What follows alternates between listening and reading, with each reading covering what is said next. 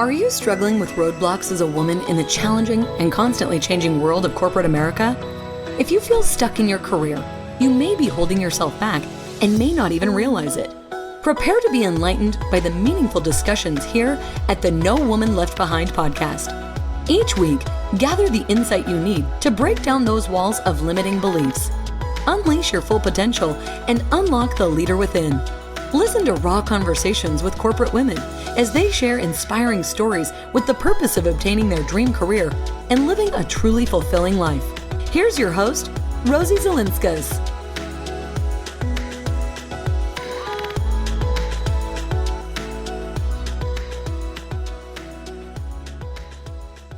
Hey everyone, welcome back. During this episode, our guest discusses her experience in the corporate world, the challenges women face in the tech industry, and the importance of curiosity and intentionality in leadership.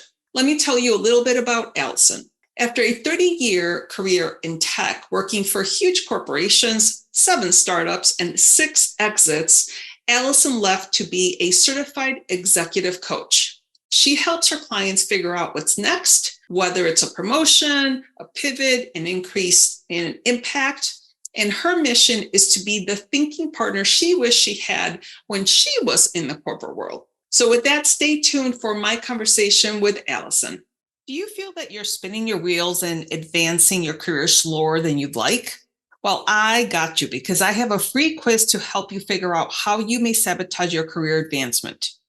Our free quiz is designed to help you identify the common pitfalls preventing you from reaching your career goals. The quiz is 100% free and it only takes 3 minutes to complete. Take the quiz now to start taking control of your career today. The link is on the episode website. And now let's head back to today's conversation. Hi, Alison. Thank you so much for being here today. I'm so happy to be able to have this conversation with you. I'm going to start right off the bat by asking you a question. You were in the corporate world for 30 years before you decided to leave. Did you feel that you had enough management support as you were trying to advance in your career? Well, first, Rosie, thank you very much for having me. I appreciate the time we're spending today. And the answer was not always. It really was challenging because I think that I was often the only or the first woman in the roles I was in. And so there was different levels of welcome, I guess I should say, and different levels of people that are supporting you and helping you. So, and part of the reason probably you and I do what we do is because, we want to be that resource that didn't exist for us or, wasn't really fully baked for us when we were there. So it was definitely, there were a lot of times where I felt really isolated and alone and didn't really have a champion in my corner. Yeah. And especially you were in the tech world, right? So tell me a little bit about the ratio of men versus women and maybe some things that you noticed that were different for you being a female in kind of a male world. It varied from company to company. I mean, at a lot of them, I was the first woman in that role. And so I'd be, at one point, one of my early jobs, I was told to make sure I didn't associate with the admins too much so people would remember what my role was. Oh, gosh. And I was there as a technical specialist. So yes, they might forget I'm a technical specialist because I was nice to the women and other women in the office. But it was usually, there were a few, most of the bigger companies would have a few women in them. The startups, usually not, except for maybe one of them, the later stage startups. But even one of my last ones had over 1,000 employees, and yet I was the first woman in the Americas in my role. Yeah. So when it comes to leadership opportunities, how was it for you? And I know you worked for various companies, but was the management team open to you moving into leadership opportunities? Were they broadly expressed to you that they were there? How did that work? At the smaller companies, yes. At the smaller companies, I was brought in often, sometimes with a leadership title and building the team underneath. At the larger companies, no, it really wasn't talked about very much with me. There seemed to be some people that were like preordained to be next. Mm-hmm. And there was this definitely more of a profile that they were looking for, and I often was not. I don't remember at any of the larger companies ever even having that as a conversation. Even somebody asking me about where do you want to go. Wow, that's incredible.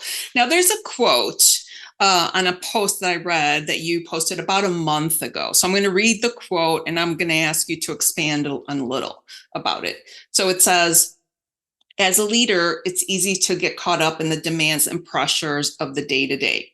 We become reactive and focus solely on survival, which can leave little room for growth and development. However, by amplifying our curiosity, we can become more effective leaders and unlock a whole new world of possibilities. I thought that was so key because it talks about little room for growth when you're so focused in your day-to-day and you don't think about your career development. And then the second part is amplifying that curiosity. So tell me a little bit more about, why you wrote that. Well, a lot of my posts are often, after having experiences with my clients and lessons that I'm sharing with them, that realize that they probably have more universal appeal. And a lot of my leaders, especially in the tech industry, there's such a pressure and pace because technology, you have to be ahead of it. You have to be ahead of the pack. So there's definitely an extra pressure there. Maybe there is in other industries, but from my exposure, the tech industry has its own acceleration pace. And you have, the amount of emails you're going through, the amount of different personalities, the things you're judged on, the things you're not judged on. And I found that so many of my leaders, while they were seeking coaching or were given a coach from their company, they really, to get them to actually lean into it was hard because they were in survival mode.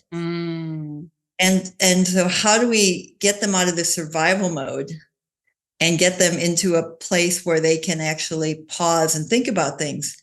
And where curiosity comes in, I'm a big fan of curiosity all around. I use dials a lot. I tell my clients, you need to turn up the dial on curiosity. Mm-hmm. As a leader, a big challenge is, letting go and trusting your people. And the curiosity is asking more questions and empowering your teams. A lot of people that come to me for time management don't have a time management problem. They have a leadership problem because they're not necessarily giving their teams permission to rise and to take over, giving them the space to figure things out, maybe in a different way that they would do it. And so being curious and asking more questions is a part of it. I've had some clients that were leaders that were struggling with their relationships with other people. And because they're so busy, they go in there trying to solve the problem and not asking enough questions and creating space for the other people, because they come in there like with this acceleration pace in these meetings.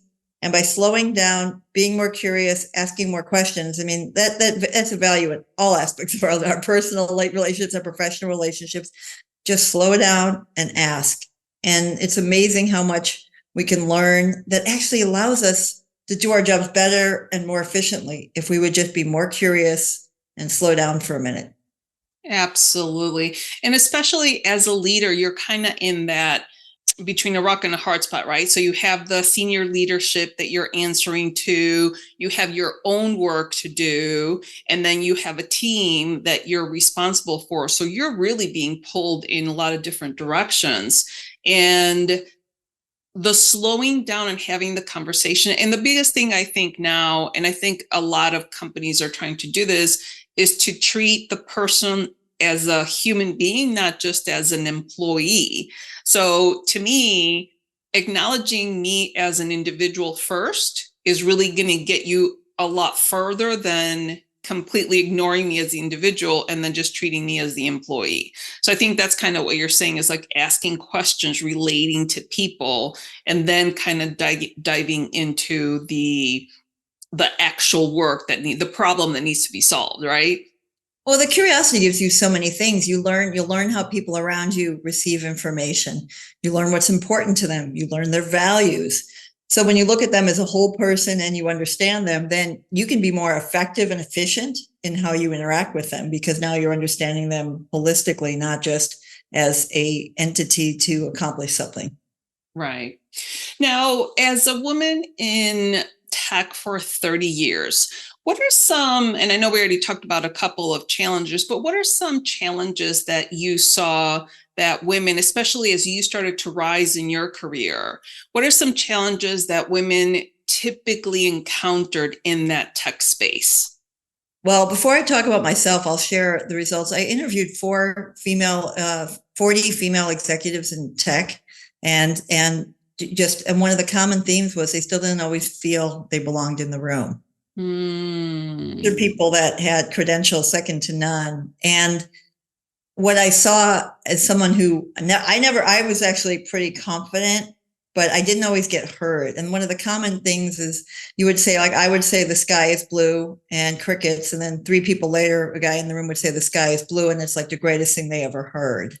Yeah. And so it really is the interruptions and the co-opting in meetings were definitely, women getting talked over more. And there's some science behind our voices, why they do that, but still being talked over and then having your ideas co-opted where, it's not you're not landing it with your idea and somebody else is now presenting it maybe slightly differently and taking credit for you. So those were some of the biggest issues. I talk to the guys now. I mean, when I first started as an engineer, I was hired with 9 guys and they joked around about calling me the woman quota. Yeah. And while they meant that jokingly, I said, you don't know what it took me to get here. I was in college. I was an athlete and an engineer, not taking that seriously. And then you throw that joke out there and you're perpetuating something without even realizing it. Yeah. So I think that was the biggest thing. And the other thing is I worked for a lot of good people who didn't understand unconscious bias. Right. And something that we talk about now, where they should have said, wait a minute, let's listen to this idea before they let it go to the next person. And there was a lack of awareness often in the leadership that this co-opting and interrupting was happening. They weren't really leading the meeting. And a lot of the things I work with my leaders on that want to be better at that is making sure that every idea is actually digested and discussed before you move on. And to make sure that we're not just, that the person responding is not ignoring what was said before them. So it really takes a lot of intentionality in leaders to create that. Not all are willing to do it. Yeah, for sure. And so I know that eventually you ended up leaving. What were some of the was there a catalyst? Did you just have enough? Like, what was the reason why you ended up deciding leaving the corporate world after 30 years? Well, 10 years before, I knew there was a point where I was going to leave and my next role was going to be in service. And I didn't know what that was. So first I thought I was going to be a teacher. Then I thought I was going to be a therapist. And then I learned about this coaching thing. And then it took me 4 years of research in coaching schools before I found one that aligned to me. So I knew that break was going to happen. I had people going on my own, say I should go on my own years before I even knew a coaching. And I'm like, I don't know, what do I put on my card? I'm smart, hire me. So I didn't have a focus. But my last company, my dad had passed away, and I was traveling cross country a lot. It was really hard on the family, and I wasn't really showing up for them. And so it was a good time to part ways. And I could have gone on long-term disability, but I realized I was done. And then, ironically, I said, maybe I'll get one more under my belt before I do it. Get one more IPO under my belt. And I was interviewing for this company and I had to fly up to the Bay Area, and I got so violently ill the day of the final interview, I almost ended up in the hospital. And I show up and I'm like, okay, maybe the world is telling me my body doesn't want to do this anymore. And I felt like there was a value misalignment in the sense of the roles I were in needed to be very much about how much money can you bring in and that wasn't my top value anymore. When I was younger, that money was important because I watched my parents watch every dollar and I didn't want that. So I wanted to make sure I secured my future. But once that was done, it was like, does this bring me joy? And I realized I wasn't waking up excited. I was paranoid. I was angry. I was stressed all the time.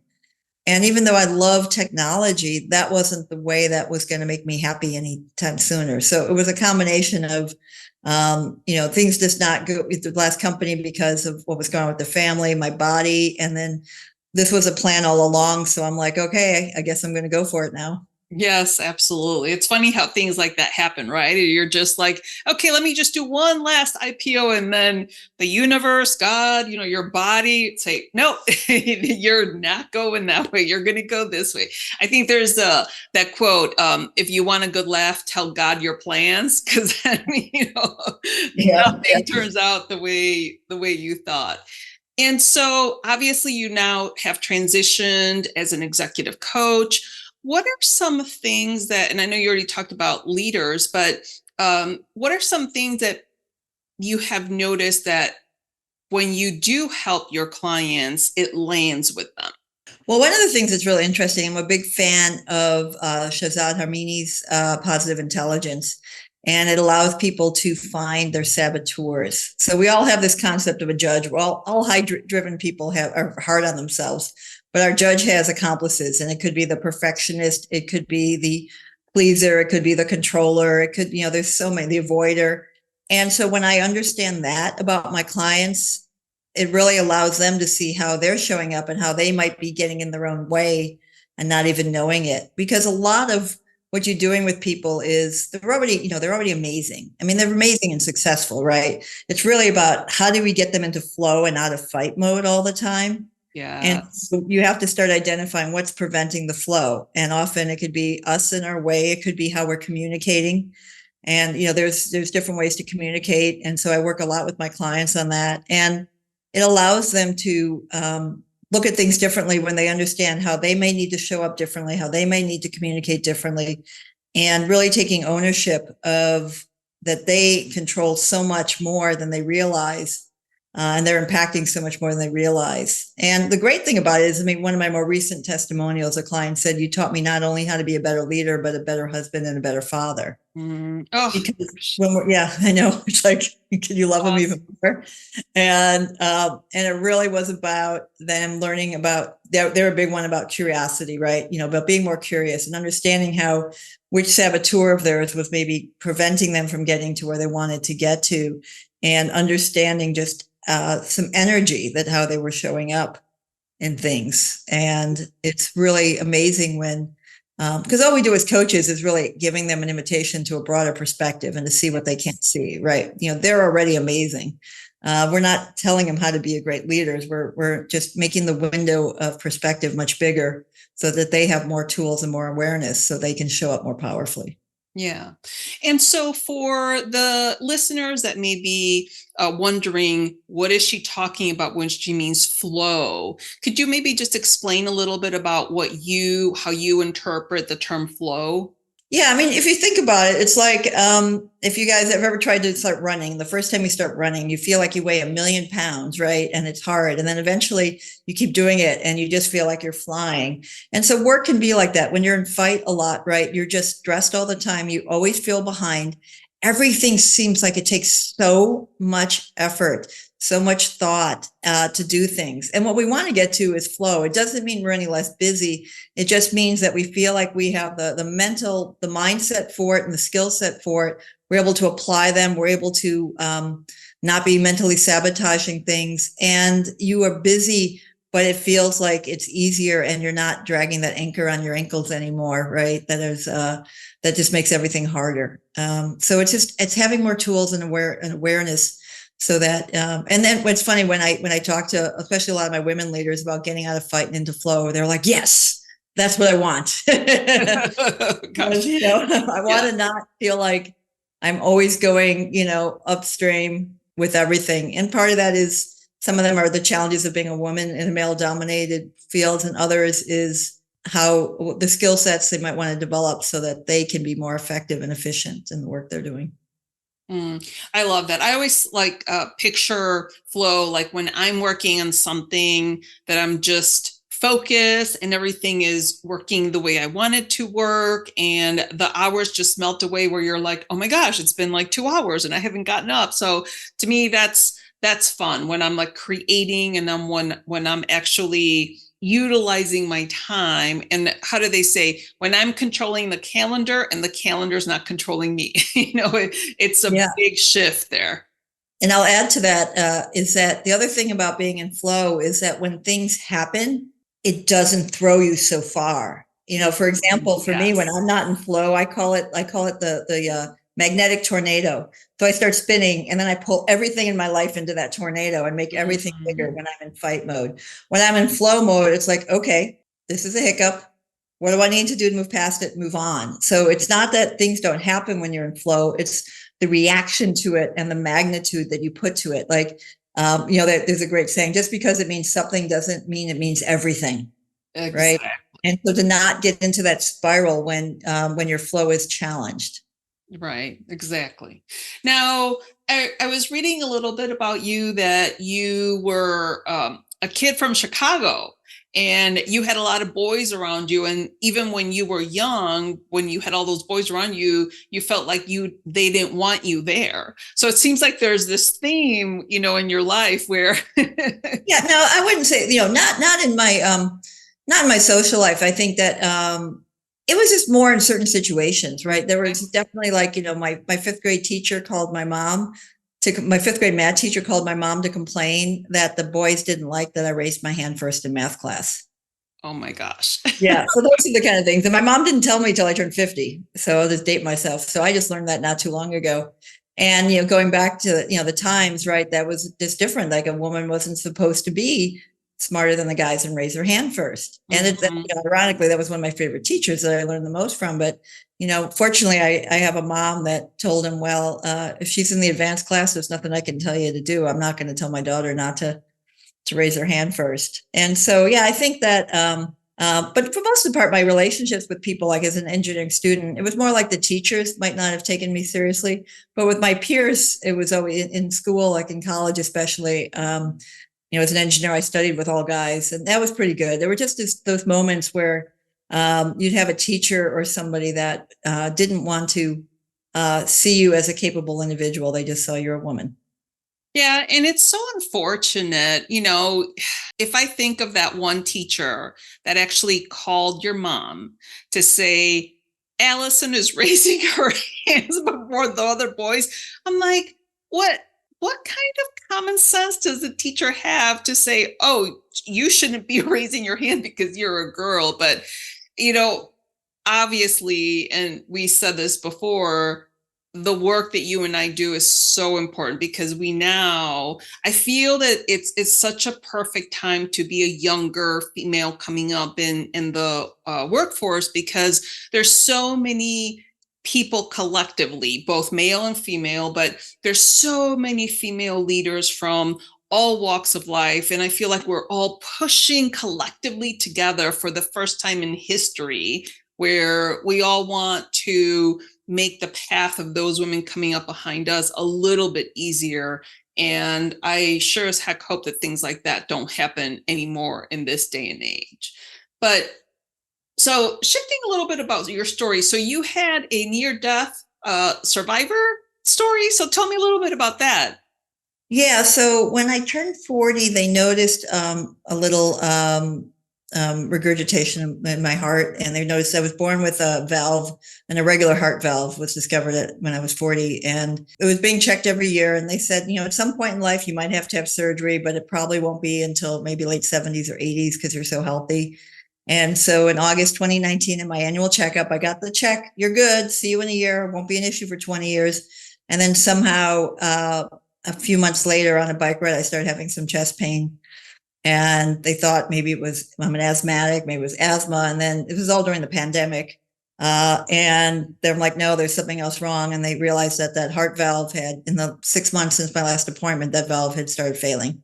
And they had to give surgery. And there were some complications during the surgery, partially probably because I'm an asthmatic, my heart and my asthma might have been fighting each other. And they had to put me in suspended animation in a coma-like state for 6 days. And I was on a device. I had a 20 to 40% chance of making it, that device. And it was crazy because I was hallucinating imagine hallucinating for 6 days, and then in and out of the hospital for months. I also had to learn to walk again. The device that kept me alive was on my groin, and it compressed all the nerves in my right foot. So I had a dead right foot, and I had to do that. And then I had complications. I had a collapsed lung. I had all this stuff back in the hospital a few times, and had to rebuild my life from scratch. And It was all during the pandemic. So it was a little nuts. But yeah, I'm lucky, I'm told I'm lucky to be here, that I beat the odds. And then also, even though taking my life back and living it the way I'm living it now, but, and people ask me I'm a big believer in choice, in the power of choice. And I made the choice to take my life back. I didn't know what that was going to look like. I mean, I'm lucky I have an amazing man in my life that helped me through it.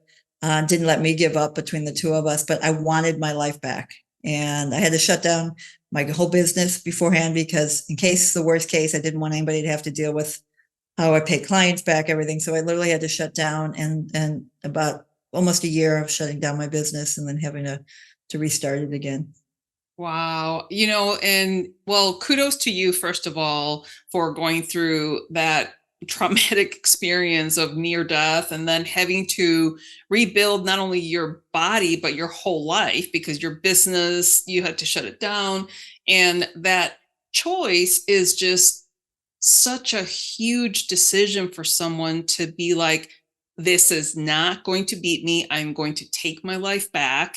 And look where you are now, healthy, beautiful, your business is back. So it's incredible what one's, I don't know if it's willpower, but like you say, that power of choice, it's just incredible. So kudos to you for being able to do that. So tell me a little bit about, I'm a little curious about your hallucinations. Do you remember anything that happened in your hallucinations? Did it have? Oh God, yeah. Oh yeah. Yeah. Oh yeah. I was stuck in a simulation. I was stuck in and it was like the best I tried to describe it, because someone asked the other day, is like, imagine like this white like electronic simulation where we're all like pawns, like from a chess set, and we'd be collapsed and shoot through it and then built up again. And it was awful. And I remember coming out of it, and I found out later they let my partner, they snuck him in for 10 minutes to talk to me while I was unconscious. And that's when I came out of it, I think. I'm guessing he was there. And then when he had to go, I started screaming, because I knew I would go back into the hallucination. So and then when I was awake, I couldn't really see the room. I had some visual issues when I first woke up. So I thought I was in this giant stadium. I thought nurses were on the other side of the walls laughing at me. I saw the entire wall of my room start pulsing, like out of a horror movie. Yeah, it was pretty crazy, all this stuff. And then again, you're alone because of COVID. Oh gosh, that's the worst part too. Yeah, I had the first night. I mean, one of the nurses, he held my hand all night, because all I kept saying is, "I'm so scared. I'm so scared." But yeah, it was pretty bad with all the hallucinations, because you can't, you're in them and you can't do anything about it. You're trapped. Right, so it was pretty crazy. Yeah. And there again, the power of choice of taking your life back. So again, kudos to you for being able to do all that. So a couple of other questions as far as your business is concerned. What do you have going on in your business? Do you have any new projects that you're working on or anything like that? Yeah, I'm really excited. By the time this goes live, it will be live. And, one of the things you start looking at, what do people keep coming to me for? Yes. And the two things that they started coming to me for they were like similar, like I feel like this part of my journey's done and I want to do something else. I'm not ready to stop working. So it's a pivot. But the other one that kept showing up more was promotion. How do I get to the next level?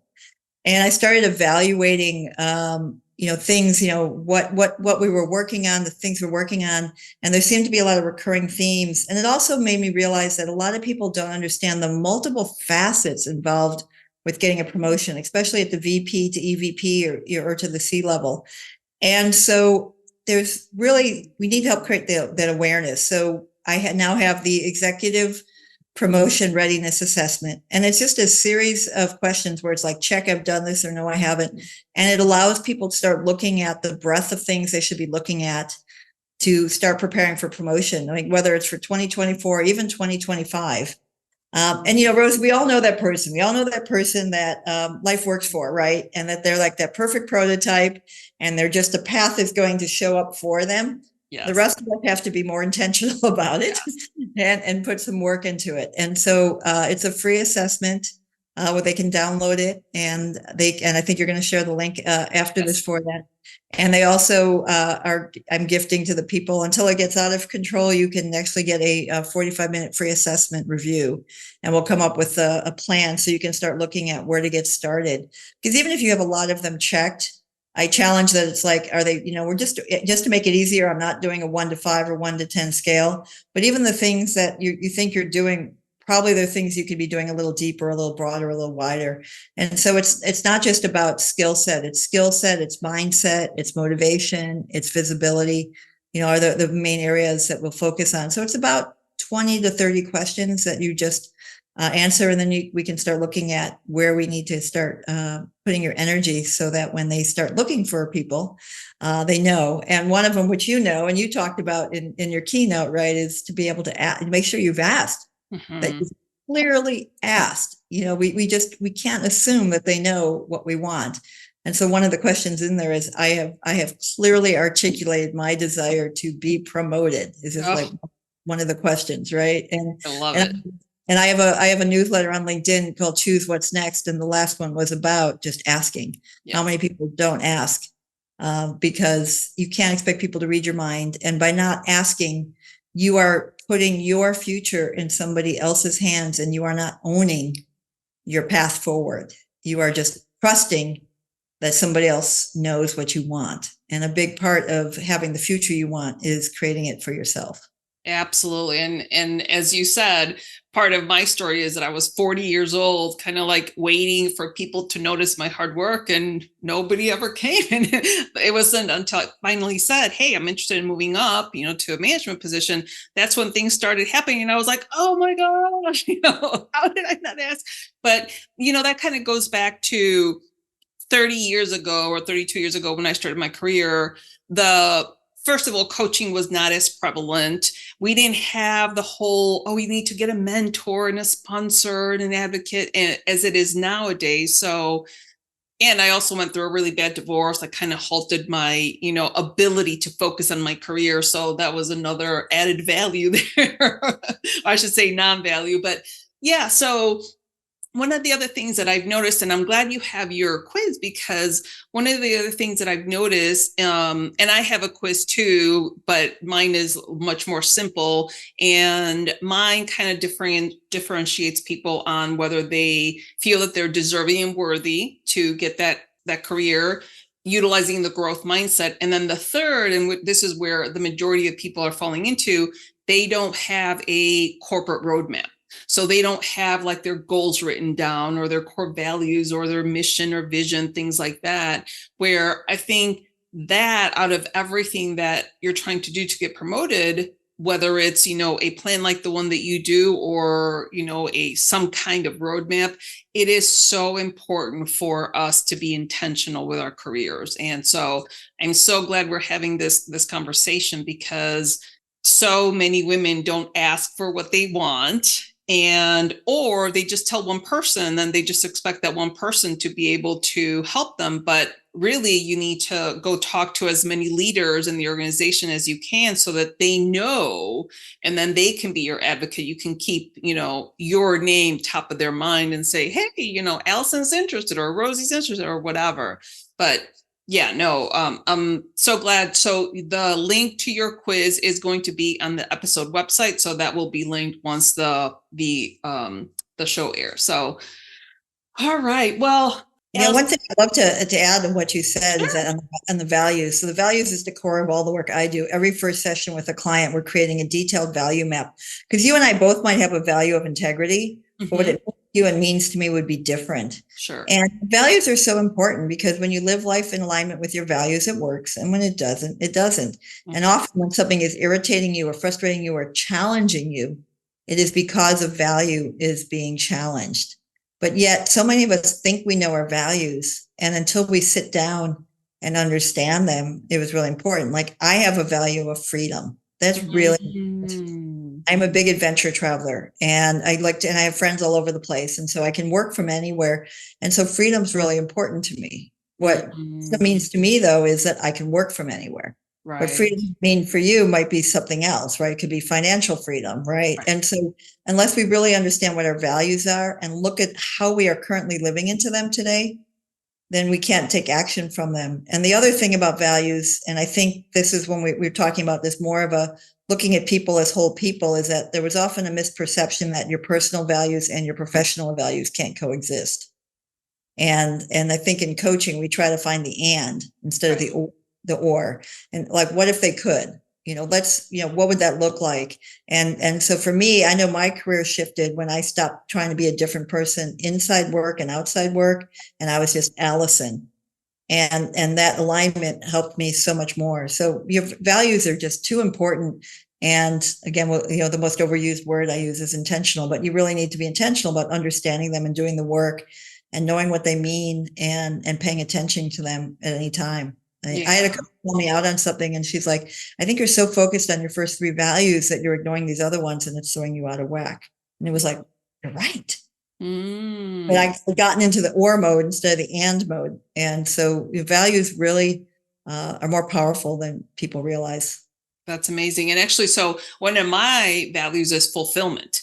I am so fulfilled when I have conversations like this with you, and when I'm working on, helping women advance in their careers. That is what lights me up. That's what fills my, my bucket up. So that's fulfillment is one of my core values for sure. So, oh my goodness. Well, we have had a great conversation, Alison. So are there maybe 2 tips that you can leave the listeners with so that they can know how to implement some of the conversation that we've been having? Yeah, there's 2 things that come up a lot with my clients. We talked a lot about choices and intentional choices. And if you think about it, when you get up in the morning, by the time you've made your coffee, you might have already made 20 choices, and some are by habit and some are by expectations. And so to start looking at the choices you're making in your life or the choices that are being made for you, and really think about the power of choice. I mean, I chose to take my life back. That's powerful.